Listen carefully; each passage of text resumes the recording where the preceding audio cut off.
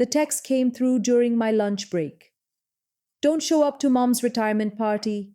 She doesn't want you there ruining her big night. Just stay away, Hannah. I read it 3 times. My sandwich sat untouched on the break room table. 30 years of being her daughter, and mom couldn't even tell me herself. But what my sister didn't know was that I'd already been planning something they weren't ready for. My name is Hannah. I'm 26 years old. I work as a regional coordinator for a nonprofit that helps women re-enter the workforce after life knocked them down.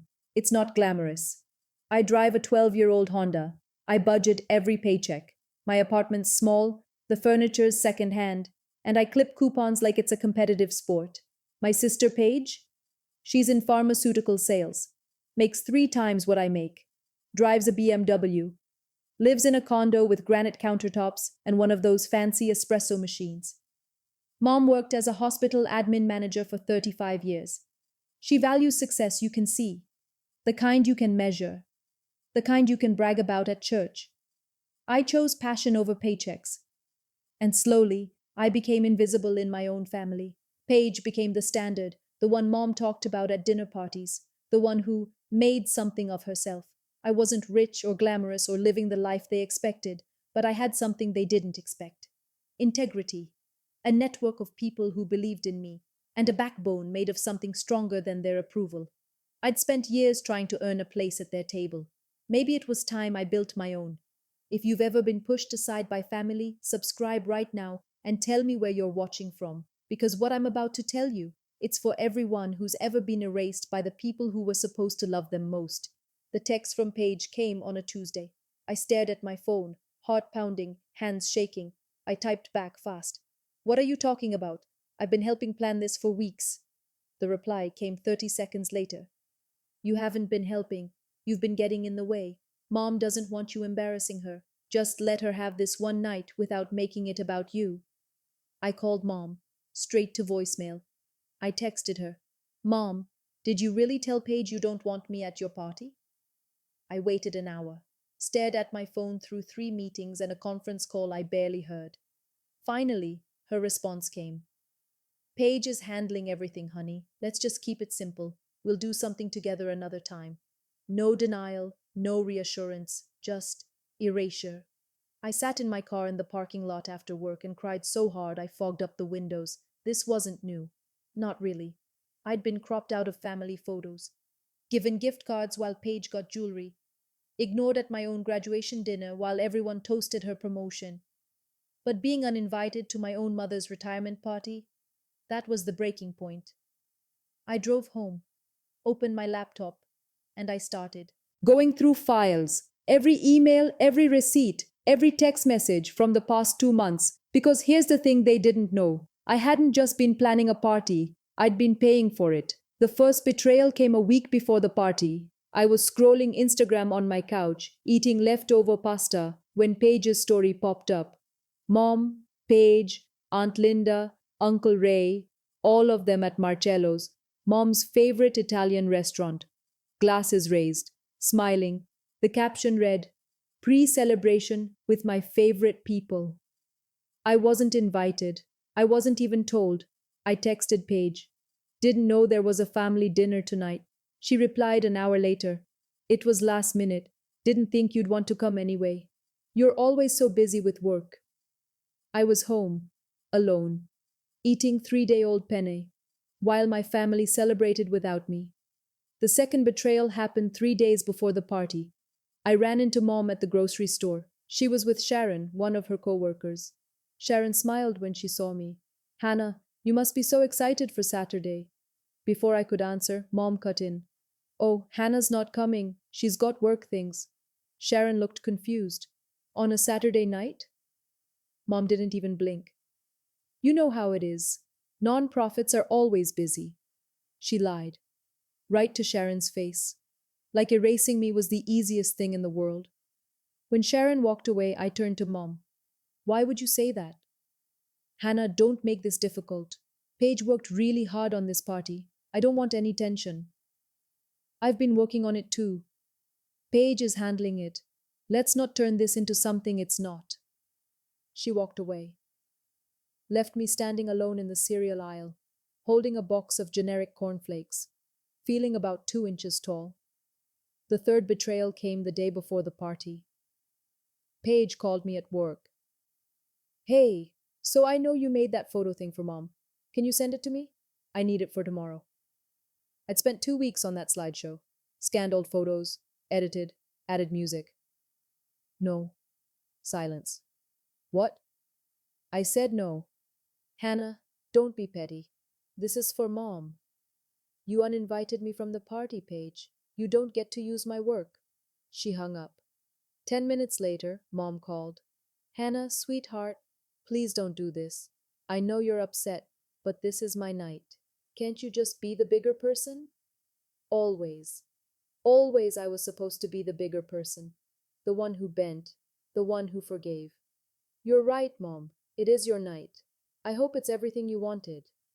I hung up. That night, I didn't cry, didn't rage. I pulled up every receipt, every invoice, every email confirmation, and I prepared to show up anyway, because I wasn't doing this for them anymore. I was doing it for me. What they didn't know was that I had been the one handling the money from the beginning. 2 months ago, Paige pitched the party as a family effort. She'd handle the venue, I'd coordinate details. She got a quote from the country club, $4,000. Can you spot me half? I'll pay you back after my bonus comes through. I wanted to be part of something, so I said yes. Then the costs kept growing. Hannah, can you cover the florals? I'm stretched this month. Hannah, the cake costs more than we thought. Can you handle it? Hannah, we need a DJ. Can you just put it on your card? Every time I said yes. By the end, I'd paid for nearly everything. The venue deposit, the catering, the flowers, the cake. Over $6,000. Money I'd been saving for a certification program that could change my career. Paige's contribution? She designed a digital invite on Canva and sent it via Facebook. But here's the critical detail. Every receipt was in my name. Every email went to my inbox. Every vendor had my credit card, my phone number, my signature. Paige thought she was running the show, but I had all the receipts. The venue coordinator, Denise, had become a friend. She'd seen my midnight emails, heard the stress in my voice during planning calls. When I told her I'd been uninvited from the party I paid for, she didn't hesitate. Say the word, and I'll back you up. I smiled for the first time in days. I'll let you know. The morning of the party, I called Denise. I'm coming tonight. Good. Do you want me to say something? Not yet. Just don't let Paige make any last-minute changes without confirming with me first. Done. I texted my best friend Jenna. She'd been furious about the whole situation. Want me to come with you? No, I need to do this alone. At 6 o'clock I got ready. Navy blue dress. Simple, elegant, not flashy. My hands shook as I zipped it up. I drove to the country club. The parking lot was full. I sat in my car, breathing deeply, watching people walk inside. Meanwhile, Paige had been posting Instagram stories all afternoon, setting up, taste testing appetizers, posing with mom. The latest caption read, "So proud of the party I put together for the most amazing mom. Dear an event planner, dear family first." I screenshotted it, added it to my evidence folder. Then I got out of the car. The venue was beautiful, string lights everywhere, elegant table settings, a slideshow playing on a screen. Hastily made, not the one I'd created. Paige saw me first. Her face went white. She rushed over, voice a harsh whisper. "What are you doing here?" I kept my voice calm. "I'm here for Mom's party." "You weren't invited." "I paid for it." Her jaw tightened, eyes narrowed. "Hannah, don't do this, not here." Mom appeared behind her, confused, uncomfortable. People were starting to notice. Conversations quieted. Paige grabbed my arm. "If you cause a scene, I swear—" I raised my voice, loud enough for others to hear. "Let go of me." She released my arm like it burned her. Her face flushed red. I walked past them, straight toward the microphone at the front of the room. "Hannah, don't—" But I was done listening. I picked up the microphone. The DJ lowered the music. Everyone turned to look. My heart pounded so hard, I thought it might explode. But my voice came out steady. Hi, everyone. For those who don't know me, I'm Hannah. I'm the daughter who wasn't supposed to be here tonight. Confused murmurs spread through the room. Mom's face went pale. Paige looked panicked. I spent the last 2 months planning this party. I coordinated the catering. I selected the flowers. I chose this venue and worked with Denise to make everything perfect. I saw Denise near the back. She nodded.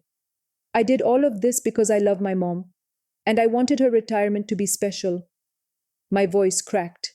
I steadied it. But 3 days ago, my sister sent me a text telling me not to come. She said I'd ruin the night, that I'd embarrass my mom. Gasps, whispers. Everyone's eyes turned to Paige, and my mom told me to keep it simple, that we'd celebrate another time. I held up my phone. This party, the one my sister has been taking credit for on social media, was paid for almost entirely by me. Over $6,000. More gasps.